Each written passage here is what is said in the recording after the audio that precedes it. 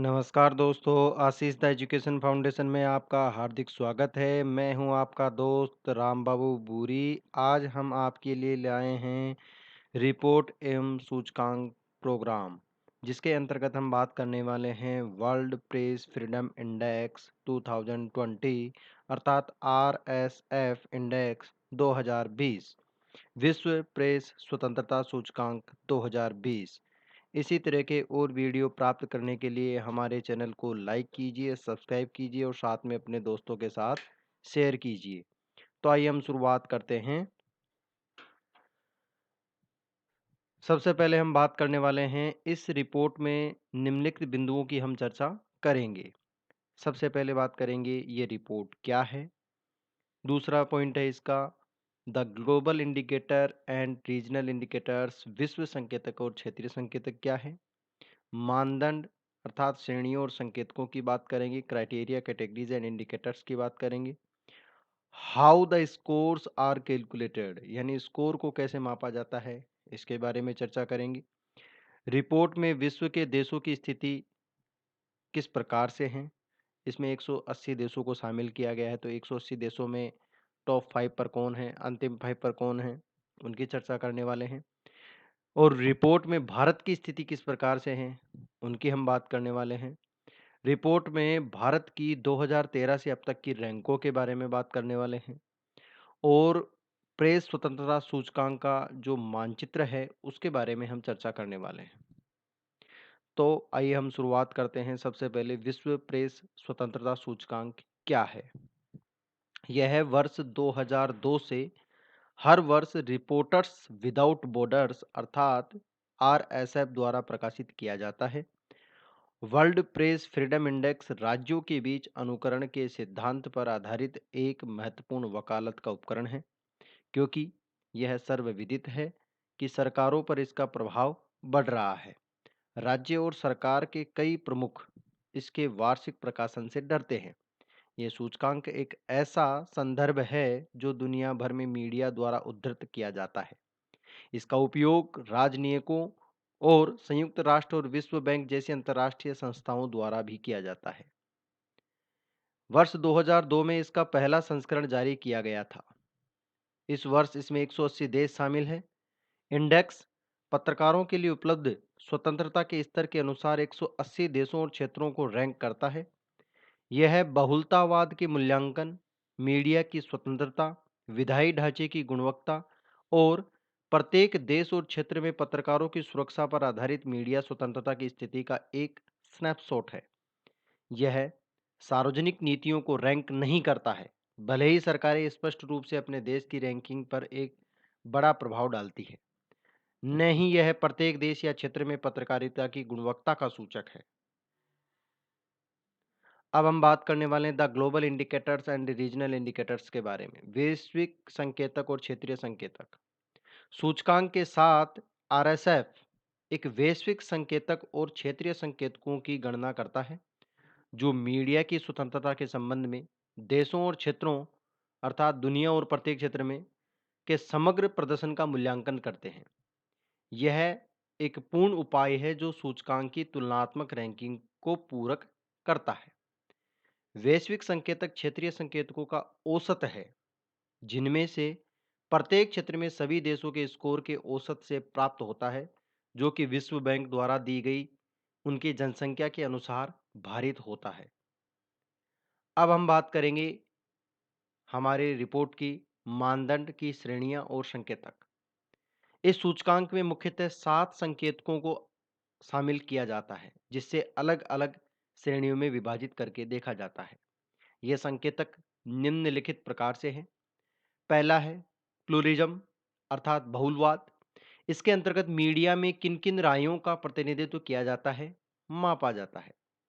दूसरा है media independence, media की स्वतंत्रता। यह मापता है कि मीडिया राजनीतिक, सरकारी, व्यावसायिक और धार्मिक शक्ति और प्रभाव के स्रोतों से स्वतंत्र रूप से कार्य करने में सक्षम है या नहीं है। तीसरा है एनवायरनमेंट एंड सेल्फ सेंसरशिप, पर्यावरण और स्व सेंसरशिप। अर्थात इसमें उस वातावरण का विश्लेषण किया जाता है जिसमें समाचार और सूचना प्रदाता काम करते हैं। चौथा है लेजिस्लेटिव फ्रेमवर्क अर्थात विधायी ढांचा। इसके अंतर्गत समाचार और सूचना गतिविधियों को नियंत्रित करने वाले विधायी ढांचे के प्रभाव को मापा जाता है। पांचवा है ट्रांसपेरेंसी पारदर्शिता। इसके अंतर्गत समाचार और सूचना के उत्पादन को प्रभावित करने वाले संस्थानों और प्रक्रियाओं की पारदर्शिता को मापा जाता है। छठा है इंफ्रास्ट्रक्चर अर्थात इसमें समाचार और सूचना के उत्पादन का समर्थन करने वाले बुनियादी ढांचे की गुणवत्ता को मापा जाता है। सातवां है एब्यूज अर्थात गालियां। यह सूचकांक का सातवां जो संकेतक है, इसको मूल्यांकन के दौरान पत्रकारों और मीडिया के खिलाफ हिंसा और गालियों के बारे में एकत्र आंकड़ों को के आधार पर सातवें सूचक को गणना में शामिल किया गया है। गालियां और हिंसा के स्तर को इसके अंतर्गत मापा जाता है। नोट, एक महत्वपूर्ण बिंदु है, प्रत्येक संकेतक को 0 से 100 के बीच एक अंक दिया जाता है। अब हम बात करेंगे how the scores are calculated. Score को कैसे मापा जाता है। प्रत्येक संकेतक को 0 से 100 के बीच एक अंक दिया जाता है। वर्ष 2013 के सूचकांक के बाद से देशों को 0 से 100 तक के स्कोर दिए गए हैं, जिनमें से 0 सबसे अच्छा संभव स्कोर है और 100 सबसे खराब स्कोर है। हाँ, अब हम बात करने वाले हैं सूचकांक में विश्व के देशों की स्थिति के बारे में। सबसे पहले हम बात करेंगे शीर्ष 5 देश। नॉर्वे फर्स्ट रैंक है, फिनलैंड सेकंड रैंक है, डेनमार्क थर्ड रैंक है, स्वीडन फोर्थ रैंक है, नीदरलैंड फिफ्थ रैंक है। अर्थात सबसे शीर्ष पर नॉर्वे है, उसके बाद फिनलैंड है, फिनलैंड के बाद डेनमार्क, डेनमार्क के बाद स्वीडन, स्वीडन के बाद है नीदरलैंड। अब हम बात करने वाले हैं अंतिम 5 देशों के बारे में। अंतिम 5 देशों में जिबूती का 176वां स्थान है, चीन का 177वां स्थान है, इरिट्रिया का 178वां स्थान है और तुर्कमेनिस्तान का 179वां स्थान है और नॉर्थ कोरिया का 180वां स्थान है। यानी सबसे अंतिम स्थान पर नॉर्थ कोरिया है, जिसको 180वां स्थान मिला है। अब हम बात करेंगे रिपोर्ट में भारत की स्थिति किस प्रकार की है। 180 देशों की सूची में भारत 2019 की तुलना में 2 पायदान नीचे गिरकर 2020 में 142वें स्थान पर पहुंच गया है, जो कि एक चिंता का विषय है, क्योंकि 2019 में भारत इस सूची में 140वें स्थान पर था तथा 2018 में भारत इस सूची में 138वें स्थान पर था। 2020 में भारत का वैश्विक स्कोर 45.18 रहा है। भारत के विभिन्न पड़ोसी देशों की स्थिति के बारे में अगर हम बात करते हैं, तो नेपाल 112वें स्थान पर है, भूटान 67वें स्थान पर है, जो कि काफ़ी अच्छी स्थिति है भारत की तुलना में। अफगानिस्तान 122वें स्थान पर है, श्रीलंका 127वें स्थान पर है, म्यांमार 139वें स्थान पर है, पाकिस्तान 145वें स्थान पर है, रूस 149 स्थान पर है, बांग्लादेश 151 स्थान पर है और चीन 177वें स्थान पर है। अब बात करेंगे रिपोर्ट में भारत की 2013 से अब तक की रैंक किस प्रकार की है।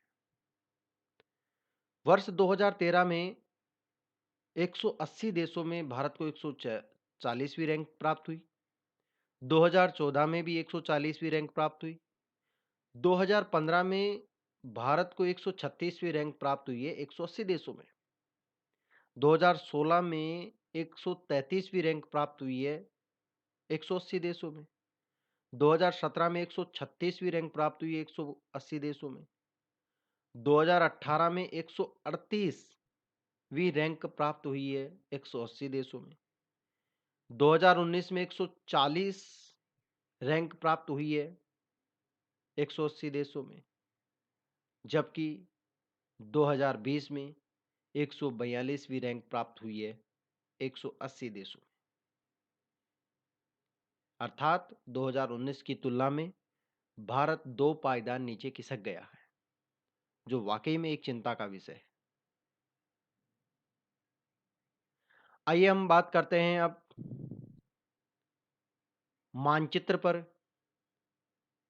Freedom of the press world wide 2020 की। ये जो स्रोत लिया गया है, ये जो मानचित्र लिया गया है, ये आरएसएफ इंडेक्स 2020 से लिया गया है। इसकी वेबसाइट पर आप जाकर संपूर्ण रिपोर्ट का विश्लेषण कर सकते हैं। इसकी रिपोर्ट www.rsf.org पर उपलब्ध है। यहाँ पर विभिन्न प्रकार के देशों के, पूरे विश्व के देशों को कलर देकर बताया गया है कि कौन से देश की किस प्रकार की स्थिति है। जहाँ पर मुख्य रूप से कुछ कलर दिए गए हैं। तो आइए उन कलरों के बारे में बात करते हैं। जहाँ-जहाँ आपको इस विश्व में मानचित्र में सफ़ेद रंग नज़र आ रहा है, वहाँ पर अच्छी स्थिति है।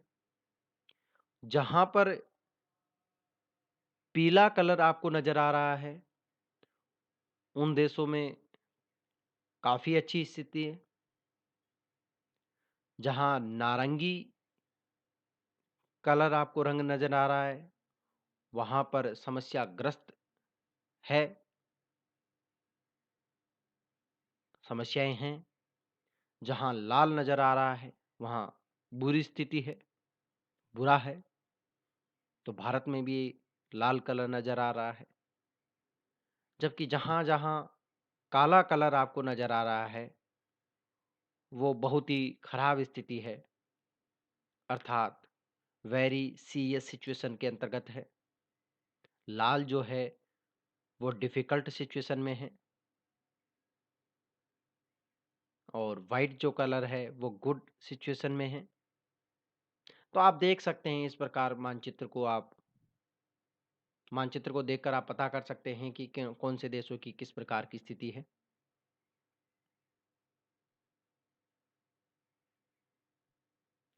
आशीष द एजुकेशन फाउंडेशन में आपका बहुत-बहुत धन्यवाद है। इसी तरह की और वीडियो प्राप्त करने के लिए हमारे चैनल को लाइक कीजिए, सब्सक्राइब कीजिए और साथ में बेल आइकन को दबाना मत भूलिए। बेल आइकन को ज़रूर दबाइए क्योंकि आने वाले वीडियो का नोटिफिकेशन आपको तुरंत मिलेगा। एक बार फिर से मैं वीडियो देखने के लिए आपको तहे दिल से धन्यवाद करता हूँ और साथ ही मैं आशा करता हूँ कि आपकी हमारे साथ पढ़ाई बहुत अच्छी चल रही होगी। आशा करता हूँ कि आप अपने मिशन में कामयाब होंगे। आपका बहुत-बहुत धन्यवाद।